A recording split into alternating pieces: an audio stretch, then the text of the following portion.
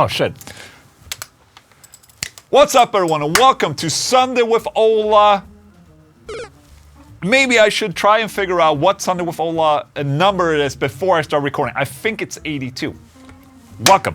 This week's Sunday with Ola was actually in jeopardy. Yesterday, I was laying sick at home in bed, and I was also feeling sick this morning, and well, I guess I maybe have to, place an FAQ instead on Sunday so people get something at least on Sunday because I'm ill. Anyways, no. I decided no, Ola, no. I took a shower, put in my contacts, and here we are. I'm not 100%, but that's okay. I'm gonna try and give you my 100%. Great. And also check out this new SWOLA guitar that I have. It's a fan fret. Look, fan fret. 7-string. There's also a 6-string somewhere in the world out there. No, it's in the other room actually. We're just gonna head straight into the news. All right, so it's been Easter and the news have been fairly shitty, I must say. But I am scraping up. How many fuck, man, I've been clapping a lot today. I have been scraping up a fair bit of bullshit from the news pages out there. So we have something to watch at least. Just don't have too high hopes in today's thing. What's the thing? It's the news, yes. All right, so last on the ball, Ola Englund found out that Kirk Hammett is releasing a solo EP produced by Bob Rock. Clappity clap. The EP is going to be called Portals, and the song that's been released right now is High Plains Drifter. And I've been listening a little bit to this, and it's like all the slow parts of Metallica, basically. You know, all the clean guitar parts of Metallica. It has a lot of orchestration. I like orchestrations a lot, and it's sometimes it's a little bit of a spaghetti western type of vibe to the music, which I think is, it's cool. I mean, seeing that Kirk Hammett is a heavy movie fan, it wouldn't surprise me if he's a big fan of old spaghetti western music and films. So you can definitely hear that in this new little piece of his. Exciting! It's Kirk Hammett, everyone. Next piece of news is that Dream Theater's James LaBrie is pretty stoked. He and Mike Portnoy are friends again. Now, personally, I did not know that they were not friends. I'm not sure exactly what has happened, but let's read into this. So it started with Mike Portnoy actually going to a Dream Theater show, and James has this to say. What happened was my manager, this is like 2 hours before the show. The thing is, what was sad about the whole duration where Mike and I didn't see eye to eye is that when Dream Theater started Image and Word and Awake, Mike and I were best friends way back, and then we started to fall apart for several reasons. It's just that we started to have problems with one another. I wonder if the reason why they weren't friends anymore was about that Mike Portnoy comment on LaBrie's singing thing that he did a couple years back on a radio show. Okay, Mike Portnoy calls James LaBrie's vocals annoying. All right, so I think it was this. It might have been from this, actually. I don't want to stir up any drama or something. Yeah. It's like Dream Theater without annoying vocals. It's perfect. Okay, I think that was when he's trying to explain, what's it, Adrenaline Mob? So this was when Mike Portnoy described Liquid Tension Experiment as being Dream Theater without the annoying vocals. There's a lot of ways you can translate this wording. Annoying vocals as if, not actually James LaBrie's annoying vocals, more like just having vocals. So, I mean... I don't know. Maybe that was the problem they had between each other. Anyways, James said, you know what? Enough is enough. There's enough hate in this world. There's enough freaking negativity in this world. If Mike wants to come and see me and make amends, then I should be receptive. And I got in touch, and John Petrucci was also there. So he said, Mike wants to know if he can come and say hi to you. And I just said, you know what? Yeah, let him know, for sure. We chatted, we had a good long discussion, we made up and gave each other a hug and did a picture together. So there you go. That's the way to do it right now. And I agree, there's definitely way too much negativity in the world for you to be dragging along such shit from the past. I mean, if you can make amends, do it, man. Big on James LaBrie right there, the annoying vocalist of Dream Theater. I personally love James LaBrie and his vocals, by the way. Just saying. Let's just move on to the next piece of news, and that is Alissa Van Gluten right here, a singer of Arch Enemy. She's saying, concerned that modern music is less focused on the quality of songwriting. Yes, there's a little bit of concern on my end. Not to say that modern music isn't fantastic, because it is. Nice save. It's more that the consumption of music is less focused on the quality of the songwriting and the musicianship and the lyrics, and it's a little bit more focused on the virality of the song and made for a very short attention span. Well, that's exactly what has happened today. It's not just the music, man. It's also it's for series and movies, and it's everything that we people consume. That's just how people consume stuff on their free time today. They go to TikTok or YouTube and just scroll for shit, basically. There's always going to be the people that are really into music and, you know, listens to music in a healthy manner. You can't deny that this is where we're going right now, where people are just consuming music in a different way. I mean, shorter songs, whatever, more virility, as she's... Virility? Isn't that, you know, this?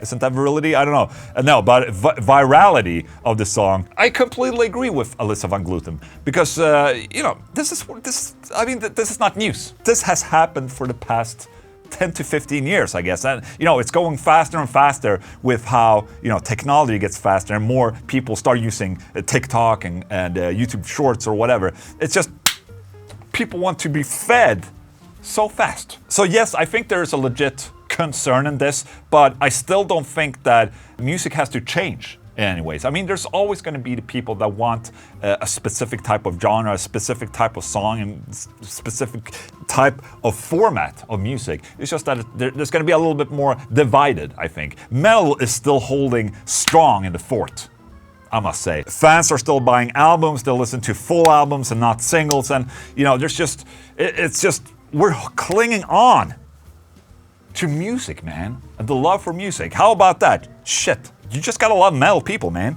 So speaking about metal, Lamb of God is out on tour with Trivium. Who else? In Flames? Yes, and Randy Blythe got sick with COVID, so he can't sing. He's not allowed to sing. How do Lamb of God solve this? Well, they invite singers to do the songs with them. So Anders Fridén of In Flames, Matt Heafy of Trivium, and also Mark Hunter of Chimera stepped up and filled in for Randy Blythe live. So right here we're checking out Mark Hunter doing Walk to Me in Hell. Here's Anders. Sounds good to me, man. Okay, where's Matt? I think the coolest part about this is that Matt is doing clean vocals on Lamb of God. How about that? He has the lyrics on the floor there. You can see him look down. That's completely fine. I mean, don't expect other singers to just know the lyrics by heart. Not even the original singer can remember lyrics sometimes. Just saying. So it's Lamb of God with clean vocals.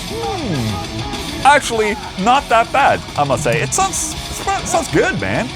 But I also like how the metal community steps up like this, you know, help each other out to support, to be able to continue on the tour and, you know, bring metal to the people, man. I mean, what other genres would you see this happening in? Huh? Not too many. Clap.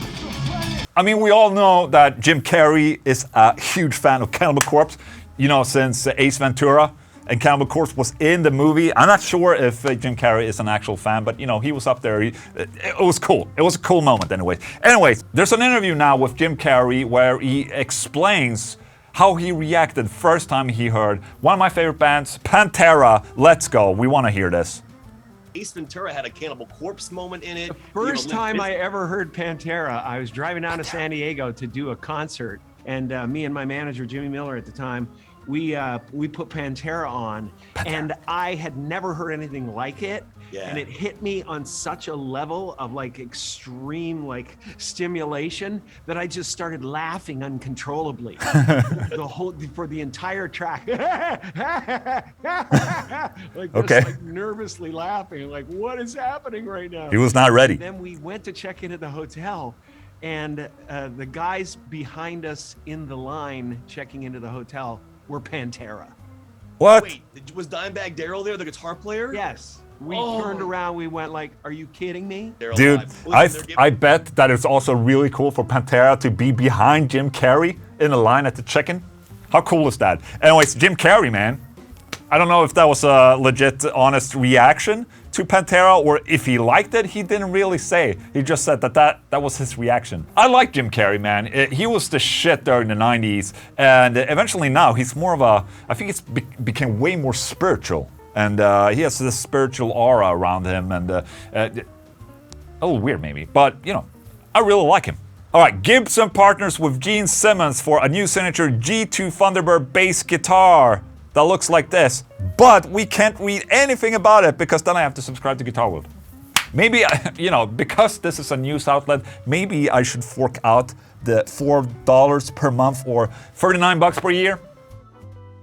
I mean, there are other sources of news, I guess, but yeah, I'm giving it some thought, okay, but we're not going to read anything about this today. Let's just say that.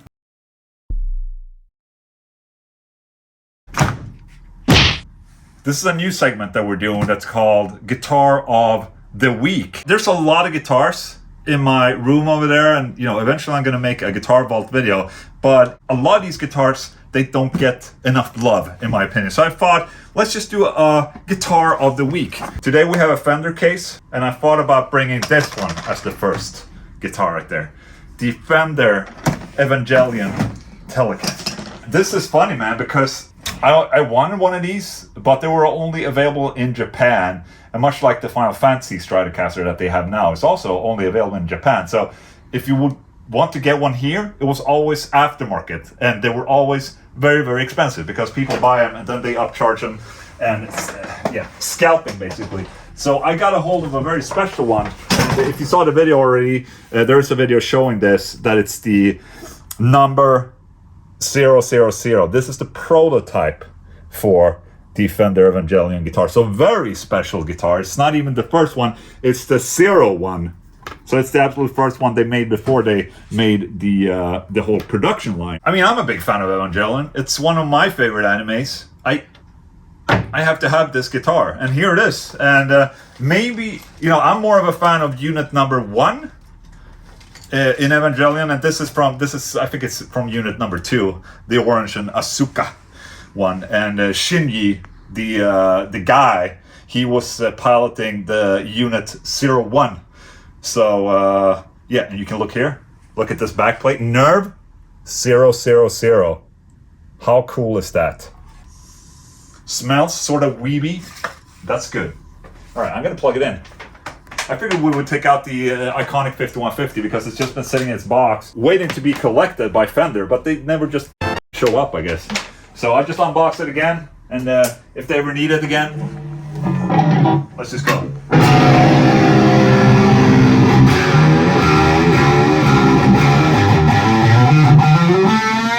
Okay, maybe I need to tune.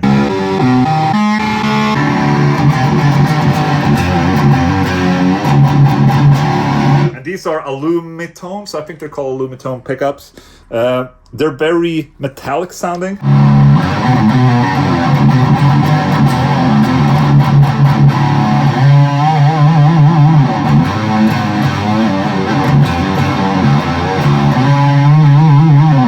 Okay, the neck pickup.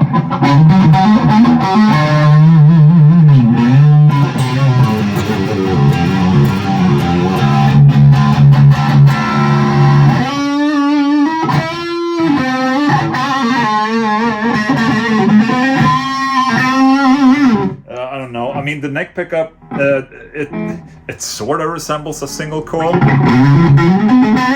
but as you can hear, it's not noisy as a single coil. Like usual single coils are very noisy. This one is not.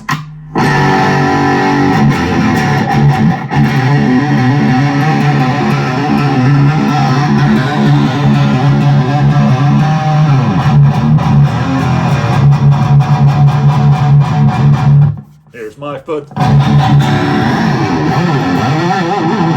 Yeah, man, so there it is. The guitar of the week. The Fender Evangelion Telecaster. Did I say Stratocaster? It's a Telecaster. Yeah, man. Look at that inlay. That's so cool. So there you go. That's the guitar of the week right there. Back to SWOLA. All right, question of the day from Goat Surgeon, my beautiful member. Do you ever get jealous of how many subs gaming channels get compared to guitar channels. Legit good question. This might have been something I would think a lot about maybe 8 to 10 years back when my channel was starting to grow a little bit. I was checking the analytics of my channel a little bit more and, you know, kind of delving into why did this not work and why aren't more people following my channel, and, you know, a little bit, you know, comparing towards other channels. I mean, there's other guitar channels out there that I was comparing to, like, why do they have more subs and why do... Just comparing myself to my peers out there. And what I've learned throughout the years, and also as I've become older, because I mean, you know, 10 years ago I was 30 and not 40. I think I'm more mature at 40, and I think I have a little bit more knowledge and a little bit more insight of what I really want, you know, what's really important to me in my life. So I found out that the more you checked into analytics and compare yourself to others, I think you lose focus a little bit of what you're actually doing. I'm not doing the exact same thing as other people's are, like in gaming channels, for instance. I mean, they get a lot of subscribers and views because, you know, that's a legit, awesome entertainment format right there. I have to understand, you know, I'm watching other guitar channels, for instance, and see like, why do they necessarily have more subscribers than me? Well, it's maybe because they're focusing on another niched audience, for instance, or a wider audience. That's also something I've been thinking a lot about, is that I can probably get a broader audience if I just broaden my my channel a little bit into other genres like blues and rock, or, you know, whatever, man. There's a lot of things I can do if I want to have more subscribers, but I think you lose focus a little bit if you compare yourself to other channels. I think it's way more important just to, you know, look into yourself a little bit and concentrate on what you think might be good content for you and your channel. And then I think eventually, you know, people will follow that. It might not be at the same rate or growth rate as other channels, but who gives a shit, really? You deliver one type of content to the audience while others, you know, deliver other type of content to your followers or the same audience. There's still room for everyone in here, man. Just saying. So for the past 8 to 10 years, I've personally grown in myself, obviously, and also I just pay less attention to other channels because I don't want them to influence what I'm doing. So I try to kind of stay away from actually looking at too much content on YouTube because, you know, I just want to make my shit, basically, and not have others influence what I'm doing. I never really had a viral moment on my channel which made my channel grow really fast. It's always been like a short, small and steady growth like this. I'm not out here to make viral videos or to broaden my views. I mean, I'm niche towards the death metal and metal guitar player, and, you know, that's my audience right there, and I want to keep it like that. I might be old-fashioned, but I'm doing this for the long run, you know, for the long game. Good question though, made me speak. Speaking is good. All right, all my penis friends and vagina friends and in-between friends, thank you so much for watching Sunday with SWOLA82. Also remember, tomorrow there's a live stream of the Sunday with SWOLA contenders. If you want to be a part of Sunday with SWOLA Riff Challenge, you can download the drums in the description of this video. You have about 1 week to make riffs, upload to YouTube, and I might check you out in the next upcoming live stream. That's not tomorrow, it's 1 week after. Okay, thank you so much for tuning in. I hope you have a great Sunday. Okay? Thank you, bye.